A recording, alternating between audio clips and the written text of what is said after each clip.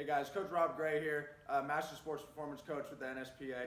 So look, I just wanted to talk a little bit today about Olympic weightlifting and integrating it into your either youth or high school strength training programs. So at Victory Performance, this is something that we've been doing for a long time, utilizing the Olympic weightlifting movements for sports development, power development, all that stuff. So kind of the model we use is we go through 12-week training camps. So I've blocked out kind of what our 12 weeks will look like for a novice trainee, somebody who's never done any of the Olympic lifts before coming to our program. So week 1 and 2, we're going to establish all the foundational movements, but relevant to kind of what we're doing here, we're going to establish the hinge, the squat, and the vertical press pattern. And through those, we like to teach them through isometrics, so getting the athlete set up in a perfect position or as close to that perfect position as you can, and have them hold it, build tension, and breathe in those positions. Okay, from there, next over those 2 weeks, we're going to establish proper landing and jumping mechanics. Again, this isn't necessarily extremely specific to the Olympic weightlifting movements, but takeoff, or the extension of our cleans, our snatches, is going to look a lot like the jumping portion. And then landing, the force absorption, making sure we're in good, safe positions. We're not letting our knees cave in, none of that stuff, or getting soft on landing and maybe absorbing incorrectly.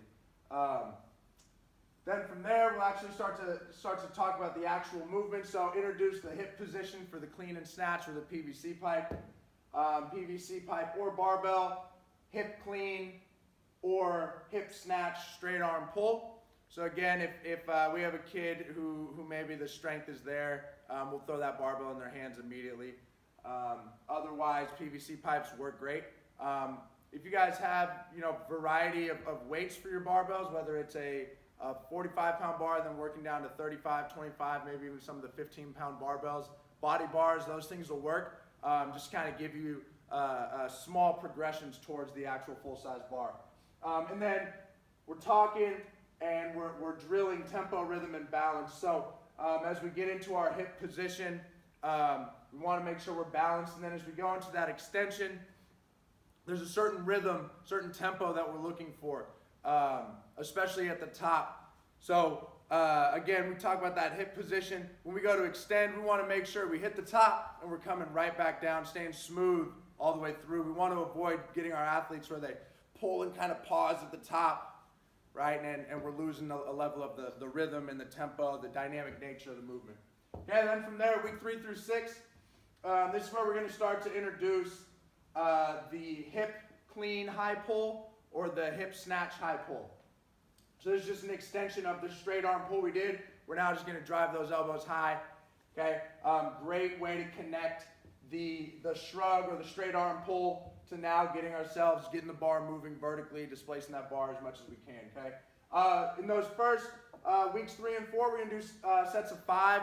Really not stressing weight. Again, we're still stressing tempo, rhythm, and balance there. Okay, and then as we get into weeks 5 and 6, we'll drop that down to 4, 3, 2. Same deal, not stressing weight, but allowing the weight to get a little heavier while maintaining tempo, rhythm, and balance. If we start to lose any of these 3, we're going to limit weight, and we may even go back to those 5s just to make sure we're getting more reps, quality reps in.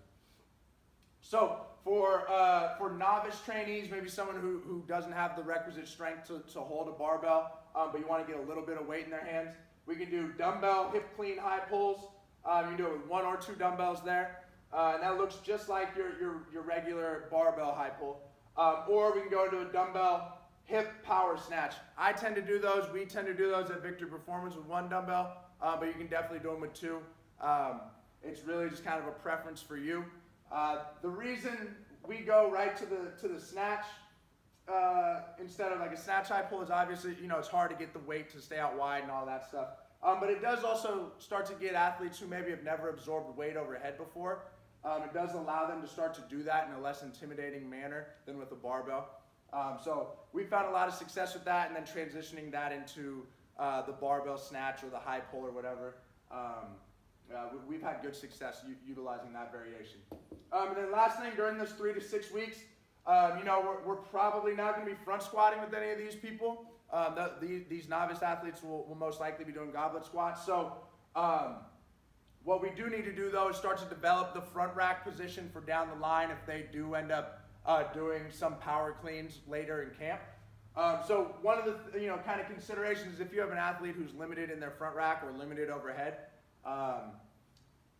put them under a little bit of load and allow them just to hold those positions in an isometric nature, just like we did early up here. So if you have an athlete who's never been in a front squat position before, maybe you get them in that front rack, have them lower down to whatever position they start to lose their mechanics, or they start to feel some discomfort in their wrists, and just have them hold and be tense in that position 20 to 30 seconds, really whatever's tolerable and allows them to get a good feel of the position that they're working on.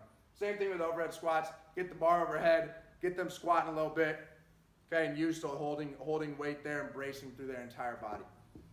Okay, so that's weeks 3 through 6. As we get into weeks 7 through 10, same thing here, athletes with mobility restrictions. In between sets, we're going to start getting them into those static positions to just get them more and more comfortable, getting them experience under the bar in those positions so that they, over time, will start to feel a little more natural.